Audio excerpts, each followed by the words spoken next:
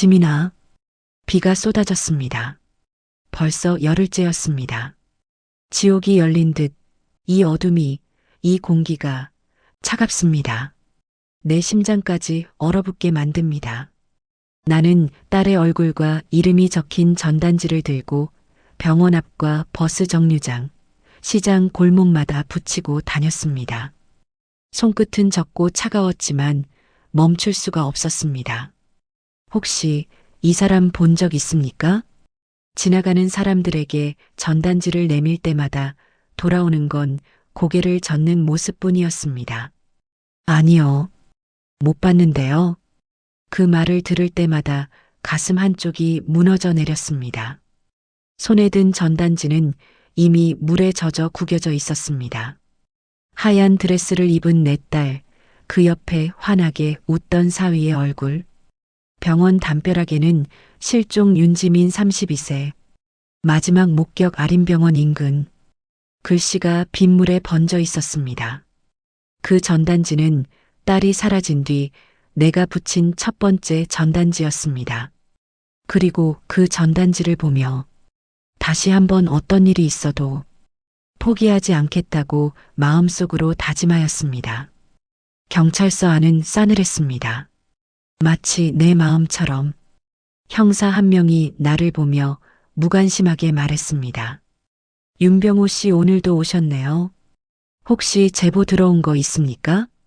없습니다. CCTV도 추가 확보된 게 없습니다.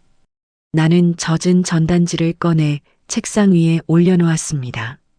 내 마지막 남은 간절함이었습니다. 보십시오.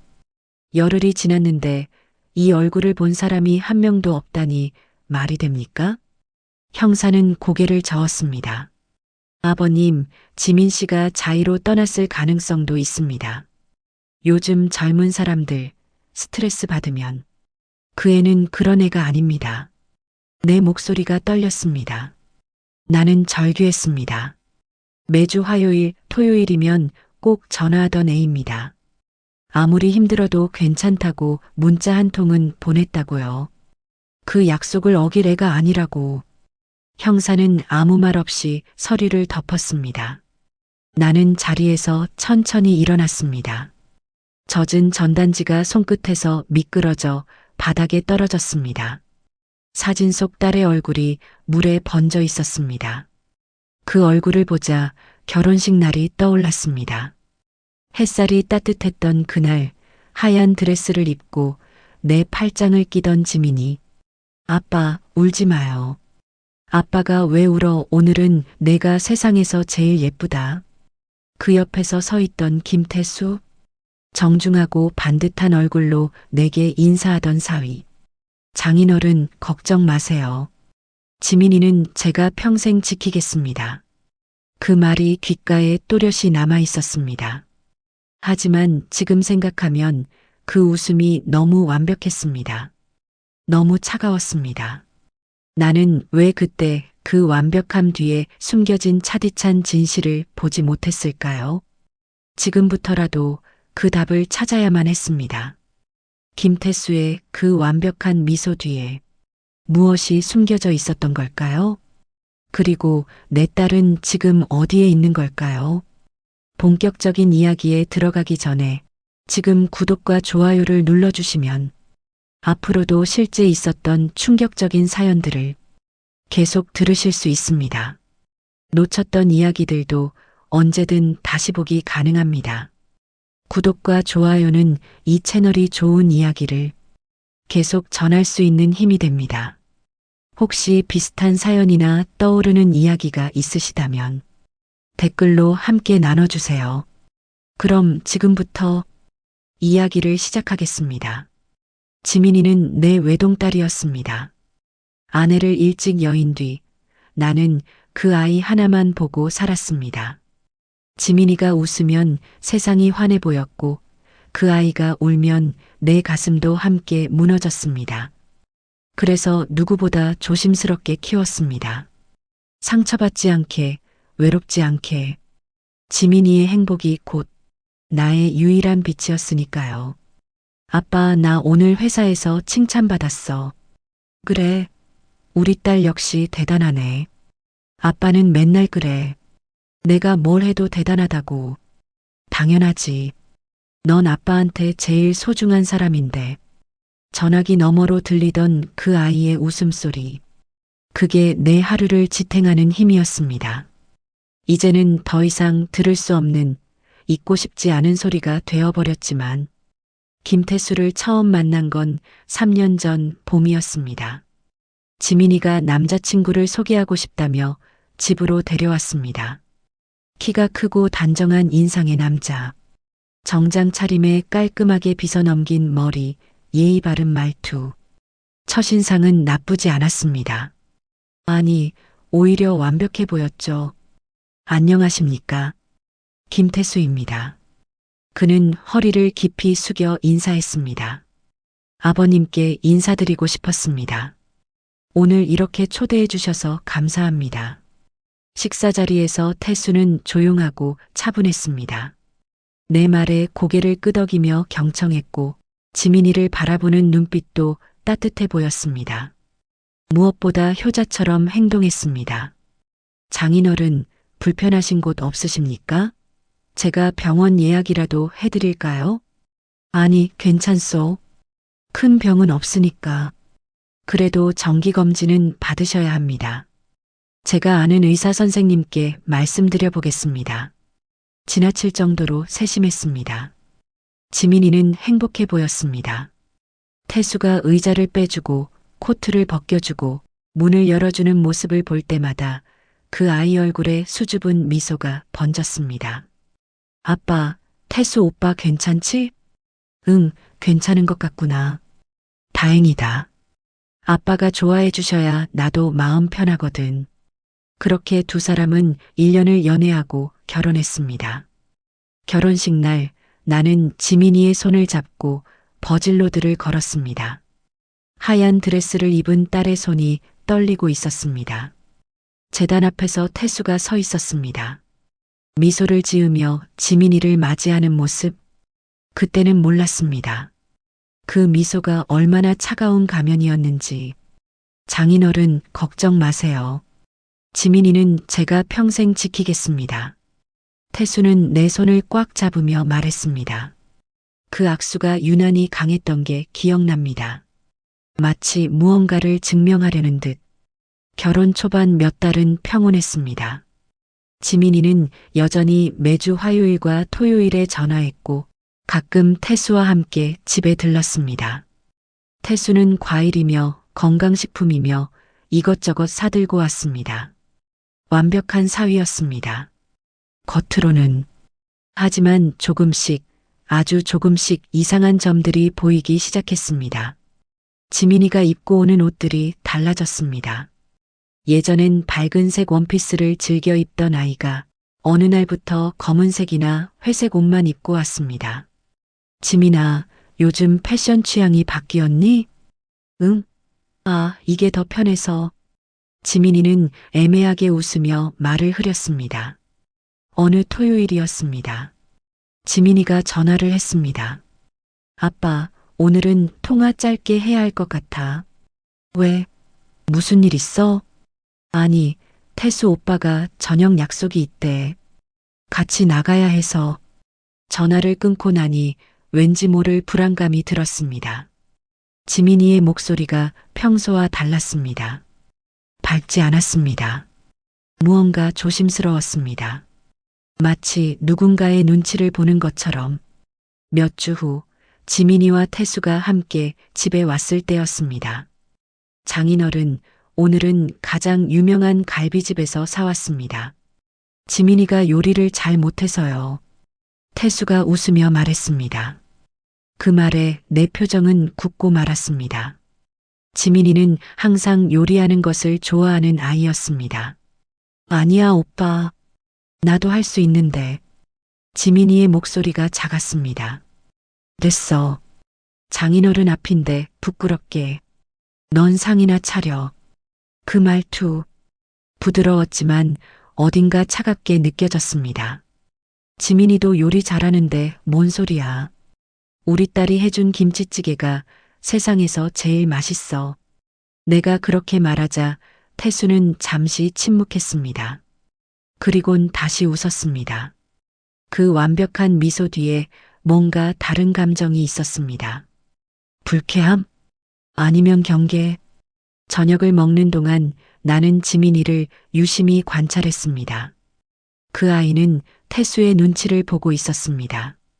음식을 먹을 때도, 물을 마실 때도, 심지어 웃을 때조차 지민이가 요즘 회사에서 스트레스를 많이 받아서요. 그래서 제가 퇴근 시간 체크하고 있습니다. 태수가 끼어들었습니다. 퇴근 시간을? 네. 너무 늦으면 몸에 안 좋잖아요. 그래서 제가 미리 전화해서 확인합니다. 듣기엔 배려처럼 들렸지만 왠지 감시처럼 느껴졌습니다. 그날 밤 나는 태수와 단둘이 남았을 때 물었습니다. 혹시 지민이가 힘들어하는 거 없소? 태수의 표정이 미세하게 변했습니다. 아니요. 왜 그러십니까? 아니, 요즘 지민이가 좀 지쳐 보여서. 아, 그건 회사 일 때문일 겁니다. 제가 잘 챙기고 있으니 걱정하지 마세요. 그 말투가 단호했습니다. 더 이상 묻지 말라는 듯. 집으로 돌아가는 두 사람의 뒷모습을 보며 나는 불안했습니다. 태수가 지민이의 어깨에 손을 올렸고 지민이는 고개를 숙인 채 걷고 있었습니다. 그 모습이 왠지 새장 속 새 같았습니다. 며칠 후 지민이에게 전화를 걸었을 때 그녀의 목소리는 떨렸습니다. 아빠, 나 괜찮아. 걱정하지 마. 뭔가 잘못되고 있다는 직감이 들었습니다. 그리고 그로부터 2달 후 화요일을 끝으로 지민이의 전화가 끊겼습니다. 매주 화요일, 토요일 어김없이 오던 전화가 갑자기 오지 않았습니다. 불안이 확신으로 변하는 순간이었습니다. 분명히 뭔가 잘못되었습니다. 심각하게. 그리고 그 심각함의 그림자는 그 완벽했던 사위, 김태수의 태어난 모습에서부터 시작되고 있었습니다. 지민이와의 마지막 통화를 했던 화요일 저녁이었습니다. 아빠, 오늘은 야근이라 오래 통화 못할 것 같아요. 그래. 몸은 괜찮고? 응, 괜찮아. 목소리가 피곤해 들렸습니다. 아니, 피곤함 이상의 무언가. 두려움이었습니다. 지민아, 너 요즘 많이 힘들지? 아빠, 나 괜찮아. 걱정하지 마. 혹시? 아빠, 미안. 일 들어가야 해. 나중에 다시 전화할게. 그게 마지막이었습니다. 내 딸에게서 온 마지막 목소리. 나는 그때 왜 알았다고 했을까요? 왜 다음 해를 허락했을까요? 토요일이 되었습니다. 전화가 오지 않았습니다. 나는 전화를 걸었습니다. 신호음이 길게 울렸습니다. 받지 않았습니다. 하루하루가 지날 때마다 불안에 잠을 이룰 수 없었습니다. 밤마다 천장을 바라보며 온갖 끔찍한 생각이 머릿속을 스쳤습니다. 더 이상 참을 수 없었습니다. 나는 태수에게 전화를 걸었습니다. 그의 목소리는 평소와 다름없이 차분했습니다. 그 차분함이 나를 더욱 미치게 만들었습니다. 태수 씨, 나 장인입니다. 지민이 좀 바꿔주시오. 아, 장인어른. 지민이요? 지금 집에 없는데요. 없다니, 어디 갔소? 요즘 예민해서 친구랑 여행 갔습니다. 핸드폰을 꺼놓고 다닌다고 하더라고요. 완전히 쉬고 싶다면서요. 태수의 말은 너무나 자연스러웠습니다. 너무 완벽하게 준비된 대답이었습니다. 저건 감추는 사람의 목소리다. 아버지로서의 직감이었습니다. 30년을 함께 살아온 사람이 느낄 수 있는 섬뜩한 감각. 그래서 나는 바로 경찰서를 찾았습니다. 실종신고. 그 단어를 입에 담는 것조차 내 심장을 찢어놓는 것 같았습니다. 형사는 무심하게 물었습니다. 성인 실종의 경우 자의로 떠났을 가능성도 염두에 두어야 합니다. 아닙니다. 제 딸은 그런 애가 아닙니다. 경찰은 CCTV와 신용카드 사용 내역을 추적해 보겠다고 했습니다. 나는 무너지는 가슴을 붙잡고 며칠을 기다렸습니다. 지옥 같은 기다림이었습니다. 일주일 후 경찰서에서 연락이 왔습니다. 나는 곧바로 달려갔습니다. 먼저 이게 병원에서 확보한 지민 씨의 마지막 모습입니다. CCTV에는 병원 안쪽 창고 빌딩으로 들어가는 장면이 마지막으로 찍혀 있었습니다. 형사가 화면을 가리켰습니다. 그 이후로는 CCTV 사각지대라 영상이 더 이상 확인되지 않습니다. 그리고 이것은 지민 씨의 마지막 신용카드 사용 내역입니다. 일주일 전 인천공항 면세점에서 사용된 기록이 있습니다. 공항이요? 네. 그리고 출국 기록을 확인했더니 일본행 비행기 표를 끊었더군요. 남편분 말씀이 맞는 것 같습니다. 여행을 가신 것 같습니다. 불가능했습니다. 내 딸은 절대 그런 식으로 떠나지 않습니다. 보통 이런 실종 사건의 경우 배우자가 가장 먼저 의심을 받습니다. 하지만 태수 씨는 알리바이가 확실해요. 형사가 서류를 넘겼습니다. 그날 밤 병원에서 근무 중이던 박수아 씨가 같이 있었다고 진술했습니다. 나는 멍하니 서류를 바라보았습니다. 일본, 여행, 태수의 알리바이, 모든 것이 태수의 말을 증명하고 있었습니다. 하지만 내 직감은 계속 외쳤습니다. 거짓말이라고. 며칠 후 나는 다시 경찰서를 찾았습니다. 형사는 또 다른 서류를 펼쳤습니다. 병원 인사팀에 사직 문의 메일이 있더군요. 2주 전쯤 보낸 것 같습니다. 그리고 동료 간호사분들을 만나봤는데 최근 지민 씨가 많이 예민했다고 하더군요. 형사가 덧붙였습니다. 남편 김태수 씨가 한 달 전에 병원 상담센터에 전화했던 기록도 있습니다. 아내가 정서적으로 불안정하다고 상담을 요청했더군요. 모든 정황이 한 방향을 가리키고 있었습니다. 지민이가 스스로 떠났다는 쪽으로 완벽하게 치밀하게 짜여진 각본처럼. 아버님, 솔직히 말씀드리면 범죄 정황은 보이지 않습니다. 남편도 협조적이고 주변 증언도 일치합니다. 형사의 목소리가 멀게 들렸습니다. 경찰서를 나와 거리를 걸었습니다. 세상은 여전히 돌아가고 있었지만 내 세상은 멈춰 있었습니다. 그날 밤 나는 태수에게 다시 전화를 걸었습니다. 경찰서에서 들었소. 일본 간 거 맞소? 네, 맞습니다. 지민이가 요즘 많이 힘들어했습니다. 태수의 목소리는 여전히 차분했습니다. 너무 차분해서 소름이 돋았습니다. 저한테도 장인어른한테도 부담 주고 싶지 않았나 봅니다. 제가 잘못 돌본 겁니다. 죄송합니다. 전화가 끊겼습니다. 나는 핸드폰을 쥔 채 한참을 앉아 있었습니다. 뭔가 잘못됐습니다. 분명히 잘못됐습니다. 하지만 증명할 방법이 없었습니다.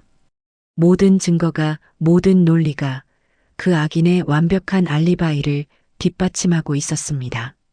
나는 전단지를 만들었습니다. 병원 앞, 버스 정류장, 시장 골목에 붙이고 다녔습니다. 빗물에 글자가 번졌지만 나는 멈출 수 없었습니다. 어느 날 병원 앞에서 만난 간호사가 말했습니다. 아, 지민 선생님이요. 요즘 좀 피곤해 보이긴 했어요. 근무 중에 멍하니 있을 때도 있었고. 다른 건요? 글쎄요. 아, 그러고 보니 박수아 선생님이랑 자주 얘기하던 것 같아요. 박수아. 경찰이 말했던 그 동료. 태수의 알리바이를 증명했던 그 여자. 뭔가 연결되는 느낌이었습니다. 하지만 여전히 조각이 맞춰지지 않았습니다. 밤이 되었습니다. 나는 이불을 걷어차고 일어났습니다. 책상 앞에 앉아 메모지를 꺼냈습니다. 김태수의 완벽한 진술과 증거, 그리고 그 안에 숨겨진 단 하나의 균열. 너무 완벽했습니다. 마치 누군가 일부러 만든 이야기처럼 나는 펜을 내려놓고 창밖을 바라보았습니다. 비가 다시 내리기 시작했습니다. 차가운 빗줄기가 유리창을 때렸습니다. 모든 증거는 그를 가리키지 않았습니다. 그것이 바로 함정이었을까요? 이제 내 방식대로 딸의 그림자를 쫓을 시간입니다. 나는 더 이상 경찰의 수사에 기대지 않을 것입니다. 그 순간 알 수 없는 예감이 스쳤습니다. 혹시 지민이가 나에게 남긴 말이 어딘가에 있지 않을까? 그 아이는 결코 나에게 한마디 말도 없이 사라질 아이가 아닙니다.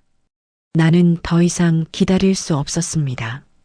딸의 집, 그 차가운 감옥 같았던 곳으로 가야겠다고 생각했습니다. 태수에게 전화를 걸었습니다. 목소리를 가다듬었습니다. 의심을 들켜선 안 되었습니다. 태수 씨, 오늘 집에 좀 들러도 되겠소? 그러세요. 저는 오늘 당직이라 집에 없습니다. 비밀번호는 0825입니다. 잠시 침묵이 흘렀습니다. 장인어른, 너무 힘들어하지 마세요. 지민이 곧 돌아올 겁니다. 뻔뻔한 위로. 나는 전화를 끊고 그 집으로 향했습니다. 문이 열렸습니다. 집 안으로 들어서는 순간 이상한 느낌이 들었습니다. 너무 깨끗했습니다. 현관에 신발이 가지런히 놓여 있었고 거실 바닥은 반짝였습니다. 마치 아무도 살지 않는 집 같았습니다. 아니, 정확히는 누군가 일부러 치밀하게 정리한 집 같았습니다. 침실로 들어갔습니다. 침대는 완벽하게 정돈되어 있었습니다. 옷장을 열었습니다. 옷들이 걸려 있었지만 모두 어둡고 성긴 느낌이었습니다. 지민이가 즐겨 입던 밝은색 옷들은 사라져 있었습니다. 너무 가지런했습니다. 마치 완벽한 범죄의 전시처럼. 나는 침대에 앉아 이불을 쓰다듬었습니다. 지민아, 너 어디 있니? 협탁을 열었습니다. 일기장이 있었습니다. 예쁜 꽃무늬 표지의 일기장. 마지막 날짜는 한 달 전이었습니다. 평범한 일상. 가짜였습니다. 지민이는 어렸을 때부터 일기를 꼬박꼬박 썼습니다. 한 달이나 비어 있을 리가 없었습니다. 나는 책장 앞으로 갔습니다. 문득 옛 기억이 떠올랐습니다. 지민이가 초등학교 4학년 때였습니다. 어느 날 학교에서 울며 돌아온 적이 있었습니다. 반 아이들이 지민이의 일기장을 몰래 읽고 비웃었다고 했습니다. 아빠, 내 일기장을 애들이 다 봤어. 창피해서 학교 못 가겠어. 그날 밤 나는 지민이를 무릎에 앉히고 말했습니다. 지민아, 아빠가 비밀을 하나 알려줄까? 무슨 비밀? 진짜 소중한 말은 남들이 찾을 수 없는 곳에 숨겨야 해. 우리 둘만 아는 곳에. 그렇게 우리는 별 스티커를 약속의 표시로 정했습니다. 지민이가 아빠한테 꼭 전해야 할 말이 있으면 별 스티커가 붙은 곳에 숨겨놔. 아빠가 꼭 찾을 테니까. 정말? 아빠가 꼭 찾아줄 거야? 약속해. 아빠는 지민이가 남긴 말을 절대 놓치지 않을 거야. 지민이는 그날 이후 비밀 일기장을 만들기 시작했습니다. 책장 속 별 스티커가 붙은 책 사이에. 그 약속을 나는 잊고 있었습니다. 하지만 지민이는 기억하고 있었습니다. 나는 책장을 천천히 훑어봤습니다. 한 권씩 꺼내서 표지를 확인했습니다. 그리고 있었습니다. 작은 별 스티커가 붙은 소설책. 손이 떨렸습니다. 지민아, 넌 기억하고 있었구나. 책을 꺼내 펼치자 얇은 노트가 끼워져 있었습니다. 지민이의 진짜 목소리가 담긴 진실의 기록이었습니다. 숨을 깊이 들이마시고 첫 페이지를 펼쳤습니다. 1월 8일. 결혼 3개월째. 오빤 여전히 다정하다. 하지만 가끔 내 핸드폰을 보는 것 같다. 기분 탓일까? 1월 20일. 오늘 친구 만나고 왔다고 했더니 오빠가 물었다. 누구 만났어? 어디 갔어? 몇 시에 헤어졌어? 너무 자세히 물어봐서 이상했다. 2월 3일. 내가 입은 옷에 대해 오빠가 말했다. 그 옷 좀 야하지 않아? 다른 사람들이 이상하게 볼 것 같은데. 나는 평범한 원피스를 입었을 뿐인데. 페이지를 넘겼습니다. 2월 14일. 밸런타인데이. 오빠가 초콜릿을 선물했다. 기뻤다. 하지만 저녁에 오빠 핸드폰에서 수아 선배 이름이 뜨는 걸 봤다. 병원 일이라고 했다. 2월 28일. 오늘 오빠가 또 물었다. 아빠한테 전화했어? 뭐라고 했어? 나는 그냥 안부 전화했다고 했는데 오빠는 장인어른한테 괜한 걱정 끼치지 말라고 했다. 내가 뭘 잘못했나? 내 가슴이 무너졌습니다. 3월 5일. 오늘 회사에서 실수했다. 집에 와서 오빠한테 말했더니 역시 넌 일을 못해라고 했다. 농담처럼 웃었지만 기분이 이상했다. 3월 12일. 요리를 했다. 김치찌개. 오빠가 한 입 먹고 말했다. 간이 안 맞네. 엄마 음식이 그립다. 나는 요리를 잘한다고 생각했는데 내가 착각했나? 3월 15일. 요즘 오빠가 이상하다. 자꾸 냉동고 옆 창고에 간다. 거긴 CCTV가 없다고 한다. 왜 거기 가는지 물어봤더니 그냥 웃기만 했다. 가스라이팅. 그 단어가 머릿속에 떠올랐습니다. 태수는 조금씩 천천히 내 딸의 자존감을 무너뜨리고 있었습니다. 페이지를 넘기는 손이 떨렸습니다. 3월 22일. 오늘 복도에서 수아 선배랑 오빠가 얘기하는 걸 봤다. 둘이 뭔가 숨기는 것 같았다. 내가 다가가자 갑자기 대화를 멈췄다. 3월 25일. 오빠 옷에서 낯선 향수 냄새가 났다. 물어봤더니 병원에서 환자 냄새 안 나게 뿌린 거라고 했다. 하지만 그건 여자 향수였다. 3월 30일. 확인하고 싶지 않았다. 하지만 오늘 오빠 차 안에서 수아 선배 귀걸이를 발견했다. 오빠한테 물었다. 이게 뭐야? 오빠가 웃으며 말했다. 환자가 두고 간 거야. 왜 그래? 의심하는 거야? 넌 요즘 예민해. 4월 1일. 나는 미쳐가고 있는 걸까? 오빠 말이 맞는 걸까?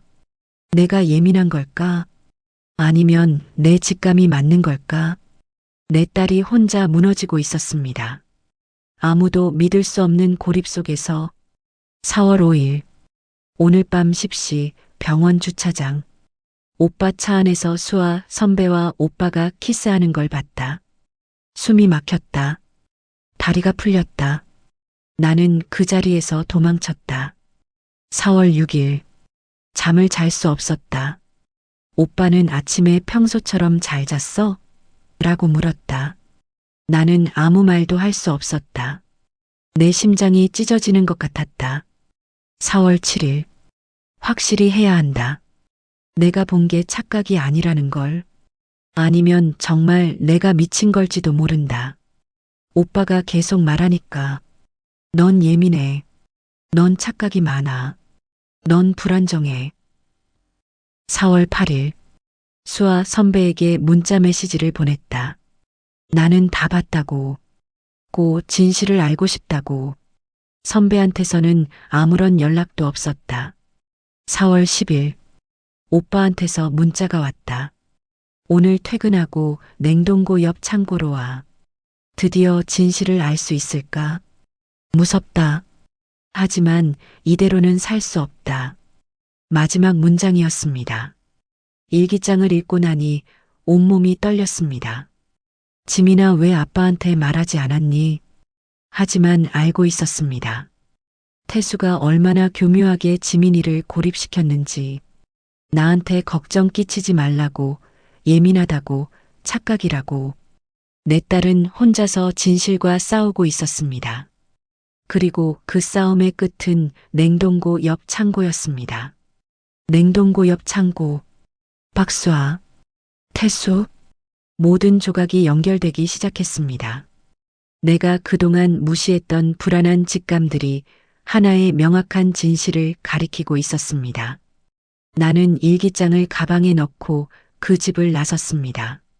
그날 밤 잠자리에 누웠지만 잠이 오지 않았습니다.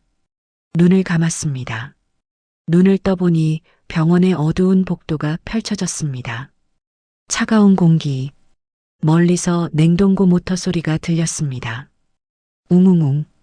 나는 그 소리를 따라 걸어갔습니다. 복도 끝 철문을 열었습니다.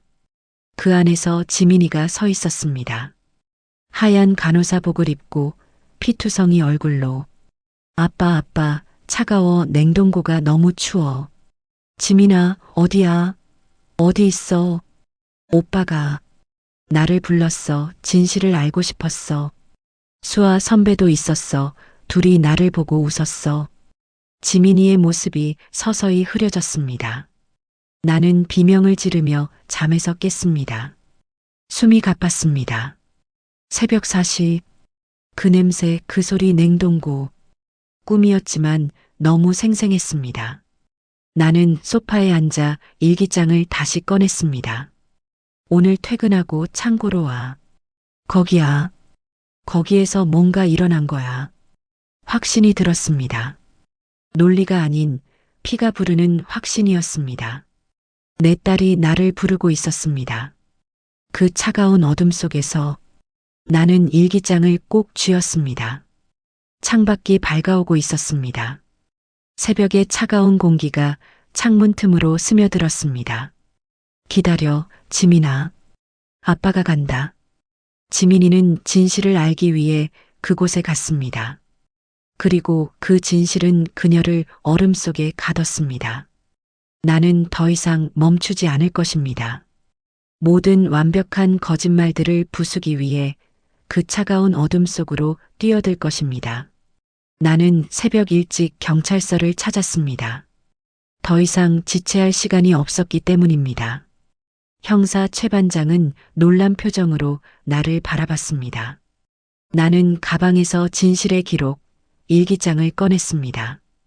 형사님, 이걸 좀 봐주십시오. 내 손이 떨렸습니다. 냉동고 옆 창고라고 적혀 있습니다. 제 딸이 마지막으로 쓴 말입니다. 형사가 일기를 읽기 시작했습니다. 표정이 조금씩 굳어졌습니다. 페이지를 넘길 때마다 그의 눈빛이 변했습니다. 하지만 이내 그는 고개를 저었습니다. 윤병호 씨, 이건 일기입니다. 법적으로 증거가 되기엔 부족합니다. 하지만 여기에 다 적혀 있지 않습니까? 가스라이팅, 불륜, 그리고 마지막 만남. 알겠습니다. 하지만 일기만으로는 수색영장을 받기 어렵습니다. 더 구체적인 증거가 필요합니다. 그럼 어떻게 합니까? 그냥 기다리라는 겁니까? 제 딸이 어디선가 저를 부르고 있는데. 형사는 난처한 표정을 지었습니다. 나는 더 이상 듣지 않았습니다. 알겠습니다. 제가 직접 가보겠습니다. 윤병호 씨, 진정하십시오. 무리하게 행동하시면 안 됩니다. 불법 침입은 상관없습니다. 나는 일기장을 집어들고 경찰서를 나섰습니다. 논리적인 법보다 내 딸의 목숨이 먼저였습니다. 나는 지옥의 문이 열린 그곳 병원으로 향했습니다.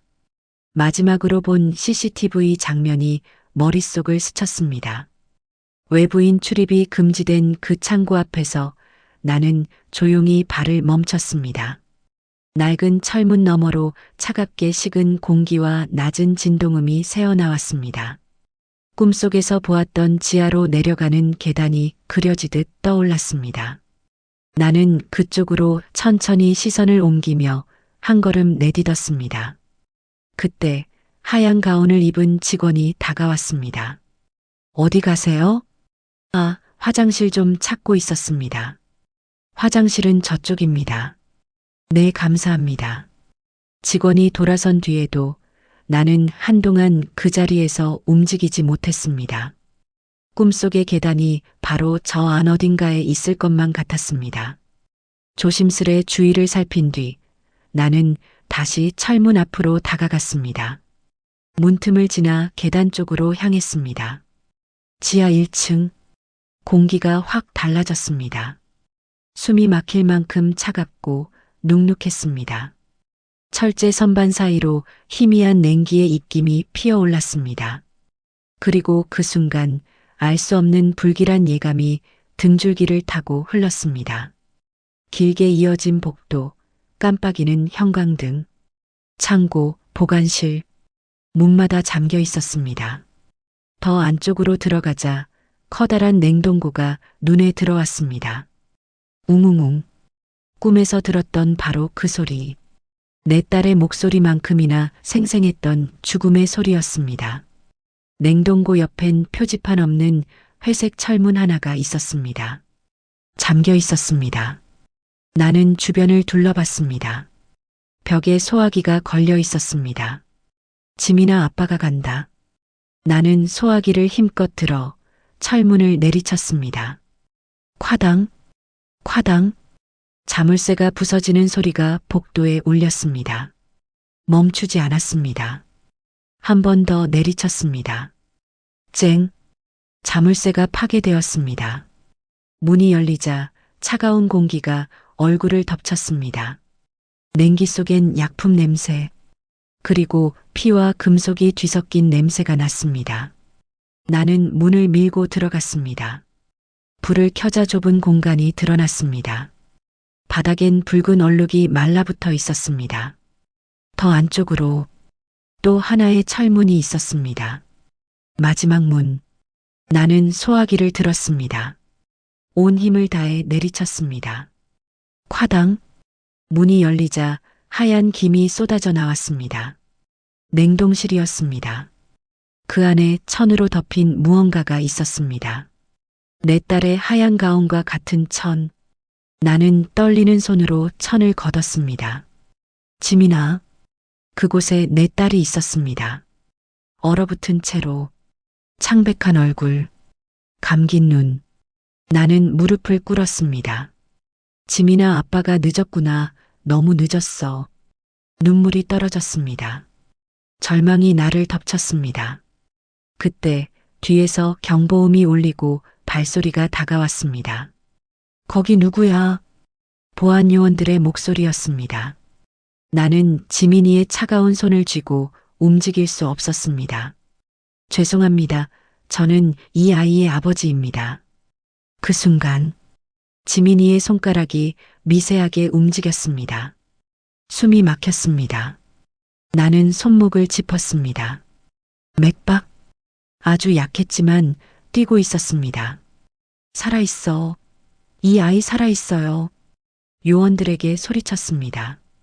맥박이 있습니다. 의사를 불러주세요. 빨리. 무전기가 울렸습니다. 응급 상황. 지하 냉동 창고로 의료진 급파바랍니다.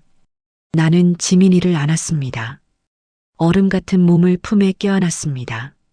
지민아, 버텨. 조금만 더. 아빠가 왔어. 이제 괜찮아. 아빠가 너를 지킬게. 응급실 앞. 형사 최 반장이 도착했습니다.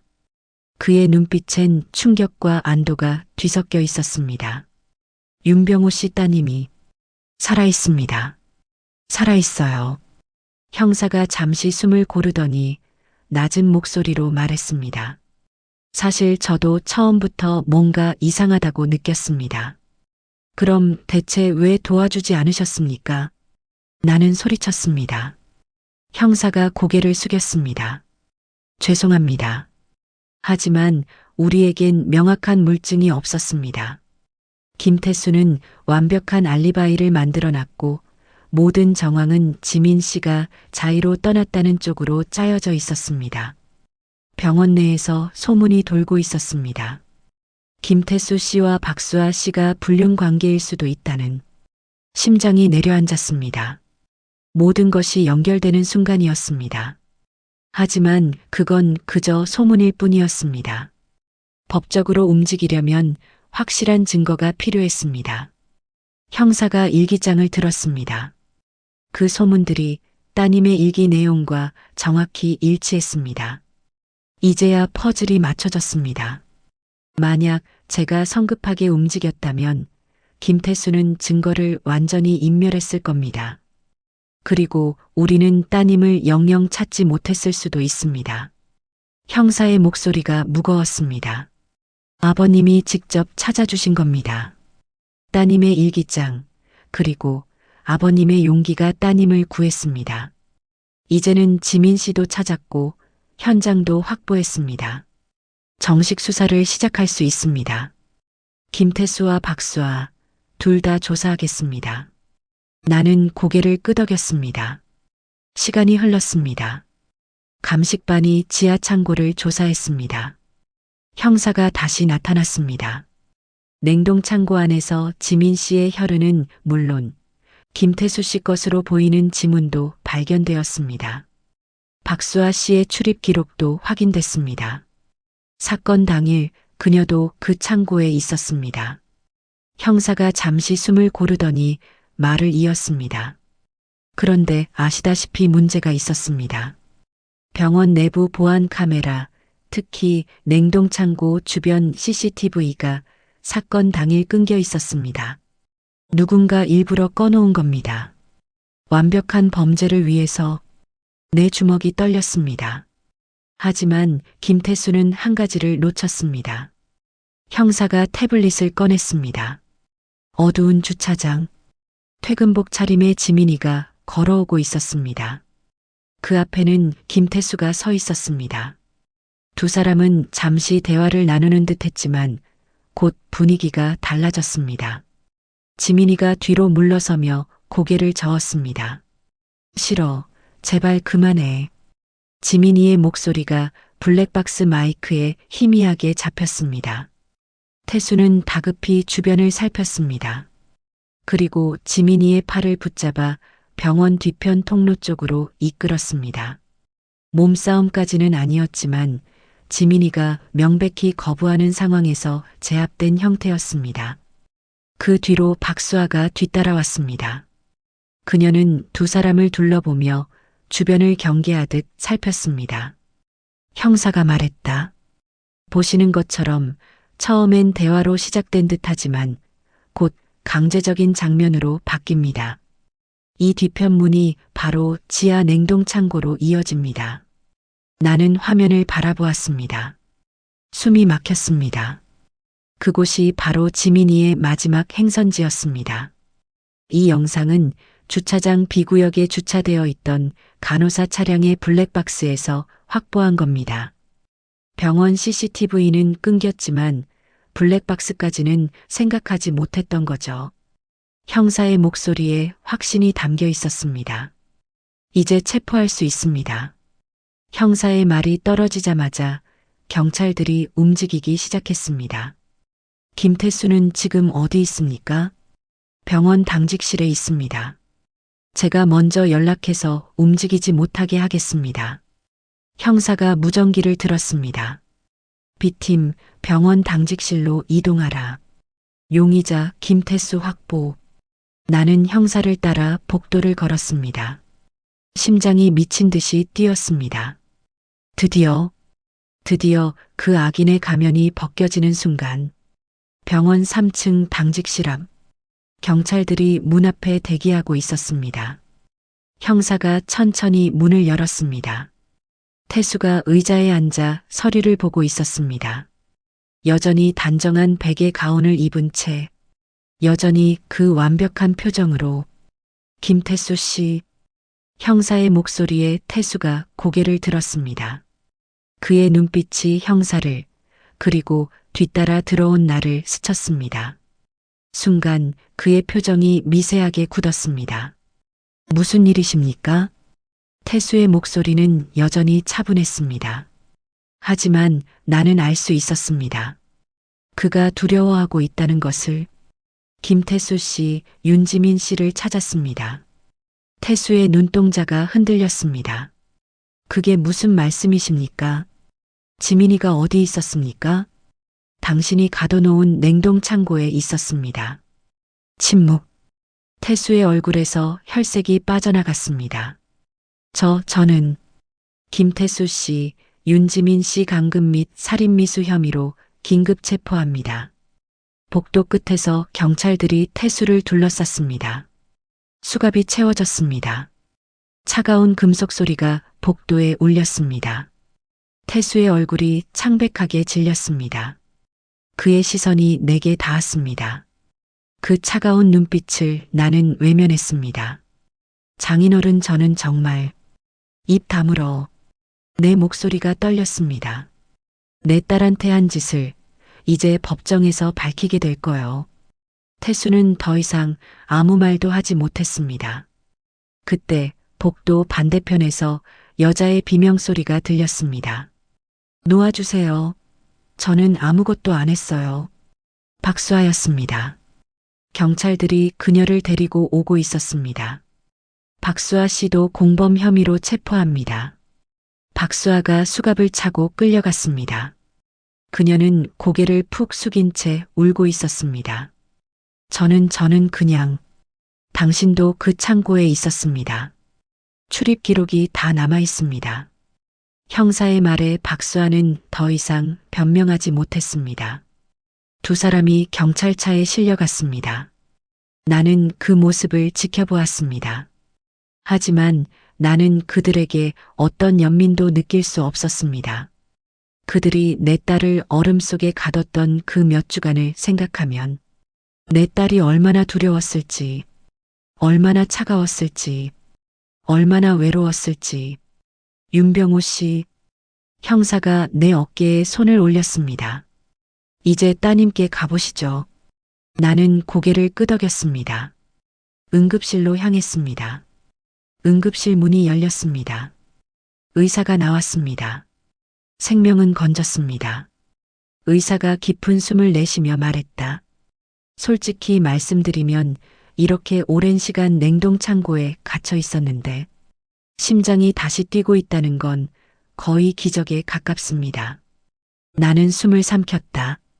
의사는 이어서 말했다. 하지만 저체온증이 매우 심각합니다. 의식은 언제 돌아올까요? 아직은 알 수 없습니다. 중환자실로 옮깁니다. 계속 지켜봐야 합니다.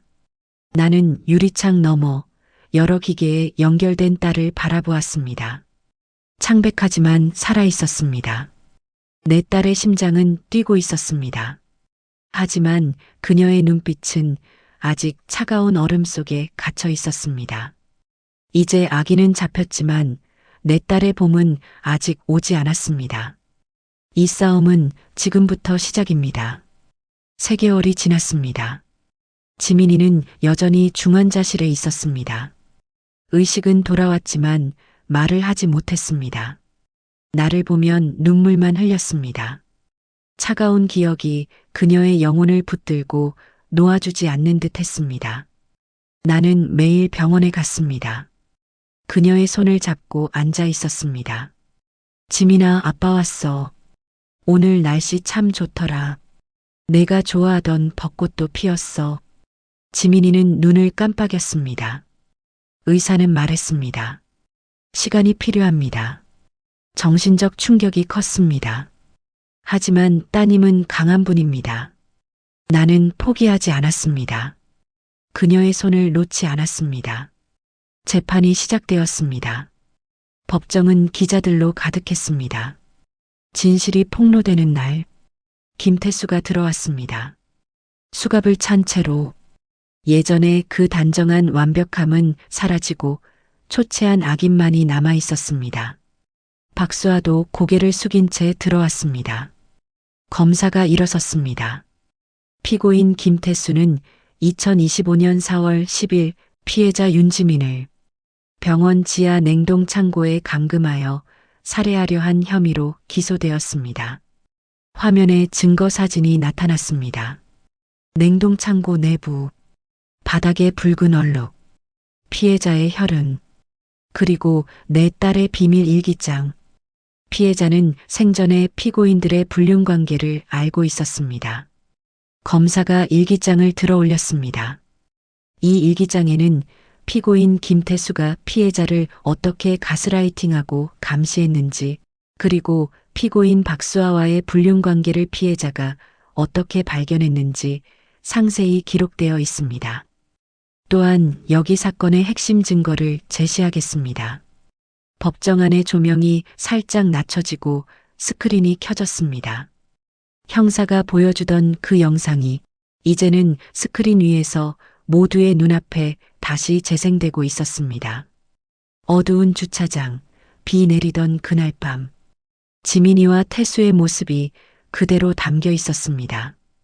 검사는 단호한 눈빛으로 법정을 둘러보며 말했다. 이 영상은 병원 직원 주차장의 블랙박스에서 확보된 것입니다. 피해자 윤지민 씨가 피고인 김태수를 만난 직후 강제적으로 통로 쪽으로 이동되는 장면이 명확히 포착되어 있습니다. 영상이 끝나자 법정 안은 정적에 휩싸였습니다. 그 정적은 한동안 깨지지 않았습니다. 그 순간 법정 안이 고요해졌습니다. 나도 모르게 손끝이 차가워졌습니다. 지민이의 마지막 걸음이 그 영상 속에 담겨 있었습니다. 검사가 다음 영상을 재생했습니다. 지하 복도의 CCTV. 박수아가 어두운 복도를 걸어 들어갑니다. 문을 열고 안으로 들어가더니 30분 후 혼자 나오는 모습. 피고인 박수아는 그날 냉동창고에 직접 들어갔습니다. 그리고 피해자가 그 안에 있었다는 사실을 알고 있었습니다. 법정에 앉아있던 박수아가 그제야 얼굴을 들었습니다. 입술이 파르르 떨렸습니다. 검사는 눈빛 하나 흔들림 없이 말을 이었습니다. 이것이 바로 공범의 침묵이 낳은 범죄입니다. 그 순간 법정 안의 숨소리조차 사라졌습니다. 형광등의 미세한 진동음만이 공간을 채우고 있었습니다. 나는 주먹을 꽉 쥐었습니다. 이제 모두 드러났다. 그렇게 속으로 되뇌었습니다. 검사가 계속 말했습니다. 피고인은 자신의 불륜이 들통나 커리어가 끝날까 두려워 피해자를 제거하려 했습니다. 피해자를 영하 15도의 냉동창고에 3주간 방치했습니다. 이는 명백한 살인 의도입니다. 태수의 변호인이 일어섰습니다. 피고인은 살해 의도가 없었습니다. 일시적으로 격리하려 했을 뿐입니다. 검사가 날카롭게 반박했습니다. 며칠 동안 냉동창고에 가두는 것이 격리입니까? 피해자는 저체온증으로 사경을 헤맸습니다. 하루만 더 늦었어도 사망했을 것입니다. 변호인은 침묵했습니다. 검사가 마지막으로 말했습니다. 피고인 김태수는 완벽한 범죄를 계획했습니다. 피해자의 신용카드를 이용해 일본행 비행기 표를 끊었고 병원 상담센터에 아내가 정서적으로 불안정하다는 허위 상담까지 했습니다. 모든 것을 치밀하게 준비했습니다. 피해자가 스스로 떠난 것처럼 보이게 하기 위해서. 하지만 피고인은 한 가지를 간과했습니다. 아버지의 사랑과 직감을. 검사가 나를 바라봤습니다. 피해자의 아버지 윤병호 씨는 포기하지 않았습니다. 그리고 딸이 남긴 마지막 기록을 찾아냈습니다. 법정이 조용해졌습니다. 2주 후 선고 공판이 열렸습니다. 판사가 판결문을 읽기 시작했습니다. 법정의 공기가 얼어붙었습니다. 피고인 김태수는 피해자를 감금하고 살해하려 한 혐의가 명백히 인정됩니다.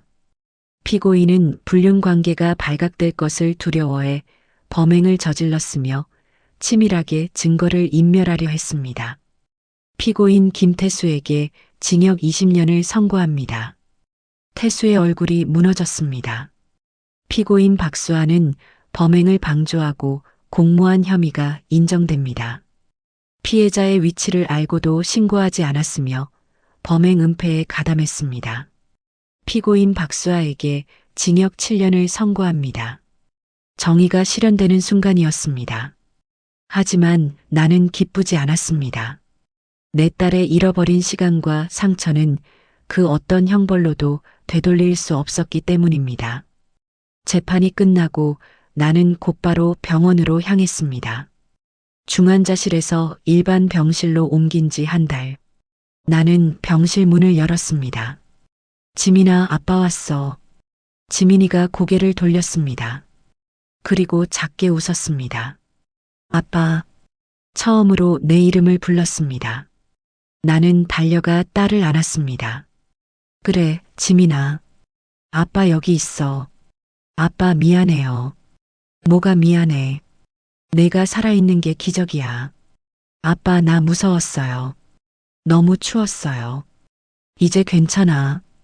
아빠가 지켜줄게. 다시는 그런 일 없어. 지민이가 내 품에서 울었습니다. 얼어붙었던 눈물이 마침내 녹아내렸습니다. 그날 이후 지민이는 꾸준히 회복했습니다. 재활과 상담을 받으며 차가운 기억과 싸웠습니다. 처음엔 냉장고 소리만 들어도 떨었지만 시간이 지나며 조금씩 나아졌습니다. 6개월 후 지민이는 퇴원했습니다. 내 집으로 왔습니다. 아빠, 나 여기서 지내도 돼? 당연하지. 내 집이야. 그녀는 새로 시작하고 싶다고 했습니다. 1년이 지난 어느 봄날, 우리는 공원에 나갔습니다. 벚꽃이 만개했습니다. 아빠, 나 이제 괜찮아요. 지민이가 손을 뻗어 꽃잎 하나를 잡았습니다. 그리고 진심으로 웃었습니다. 얼어붙었던 시간이 녹아내렸습니다. 차가운 기억이 따뜻한 현재로 바뀌었습니다. 내 딸은 다시 사람을 믿는 법을 배우고 있었습니다. 나는 깨달았습니다. 내 딸의 웃음이 세상에서 가장 따뜻한 봄이라는 것을, 저 냉동 창고의 차가운 어둠도, 배신의 아픔도, 모든 것을 녹일 수 있는 따뜻함이라는 것을. 지민아. 응, 아빠. 사랑해. 나도 사랑해요, 아빠. 우리는 벚꽃 아래 앉아 있었습니다. 바람이 불었습니다. 따뜻했습니다. 그리고 그 희망 속에서 나는 다시 살아가기로 결심했습니다. 내 딸의 완벽한 봄을 영원히 지켜주기 위해서. 우리의 이야기는 이제 시작입니다. 오늘의 이야기가 마음에 남으셨다면 구독과 좋아요로 함께 해주세요. 여러분의 한 줄 댓글, 그 따뜻한 마음이 저희에게는 큰 힘이 됩니다. 어디에서 이 이야기를 듣고 계신지 혹은 비슷한 사연을 알고 계신다면 댓글로 나눠주세요. 우리 함께 이야기 나누어요. 여러분의 응원 덕분에 이 채널은 앞으로도 인생의 깊은 이야기와 사람의 온기가 느껴지는 순간들을 계속 전해드릴 수 있습니다. 감사합니다.